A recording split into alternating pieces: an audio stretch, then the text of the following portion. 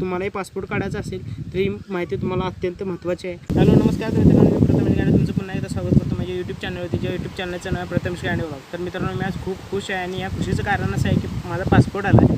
तर मी या ब्लॉगिंगमध्ये माझ्या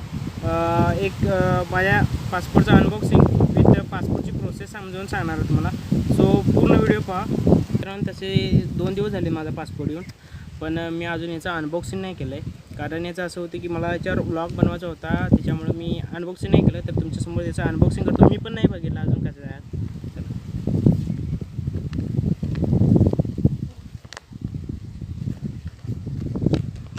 एक्सायटेड।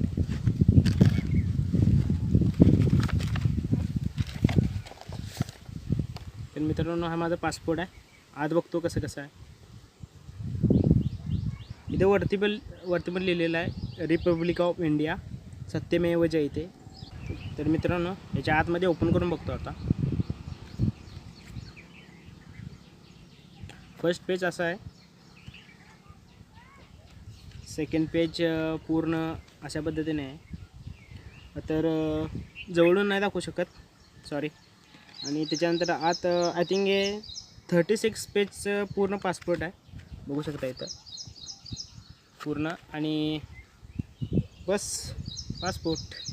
तर मित्रांनो, तुम्हालाही पासपोर्ट काढायचा असेल तर पासपोर्ट अशासाठी काढला जातो की आपल्याला जर का बाहेरच्या देशामध्ये, म्हणजे कोणत्याही देश असू देत, आपला भारत सोडून बाहेर जाण्यासाठी आय थिंक 2 देश असे कोणते तरी आहेत की त्याला पासपोर्ट लागत नाही, असं मला माहिती आहे, पण शुअर नाही आहे मी।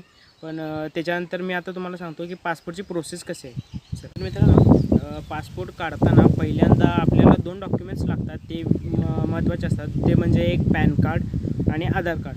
त्याच्यानंतर पासपोर्टच्या वेबसाईटवर जाऊन आपल्याला अप्लाय करायला लागतो की तुमचं पूर्ण डिटेल्स भरावे लागतात। आणि त्याच्यानंतर तुम्हाला एक ऑनलाईन प्रिंट मिळते, ती तुम्हाला दाखवतो मी। तर ती प्रिंट अशी असते पूर्ण। ही प्रिंट एकदम म्हणजे हाच आपला तोपर्यंतचा पासपोर्ट आहे असं समजा, कारण ह्याला हरवून नाही चालणार। तर ह्याची मी झेरॉक्स कॉपी करून ठेवली आहे माझ्यासाठी।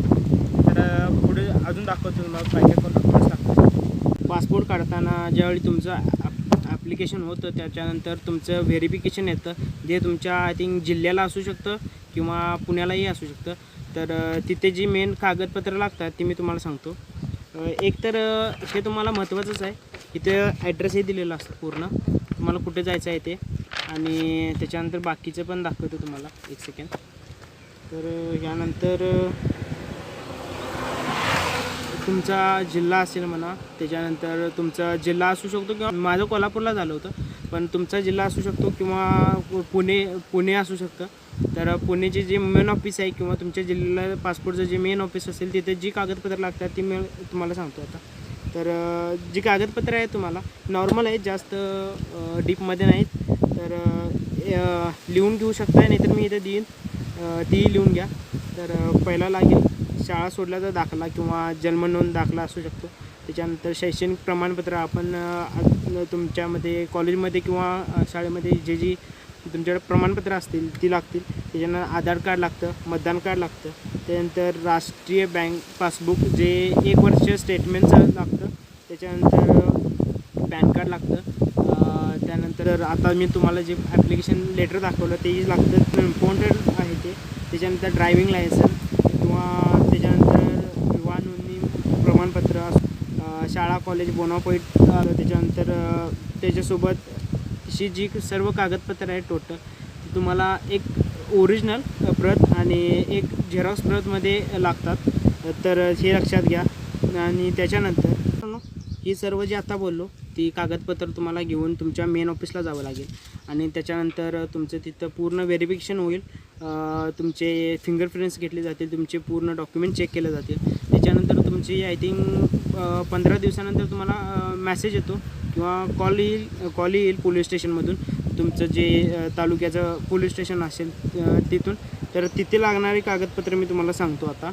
तर तिथे पोलीस स्टेशनला जी कागदपत्र लागणार आहेत ती म्हणजे, तर पोलीस व्हेरिफिकेशनसाठी लागणारी कागदपत्र आहेत ग्रामसेवक रहिवासी दाखला जो आपल्या ग्रामपंचायतमध्ये मिळू शकतो. पोलीस पाटील जे तुमच्या गावचे पोलीस पाटील असतील त्यांच्याकडे हा दाखला मिळतो.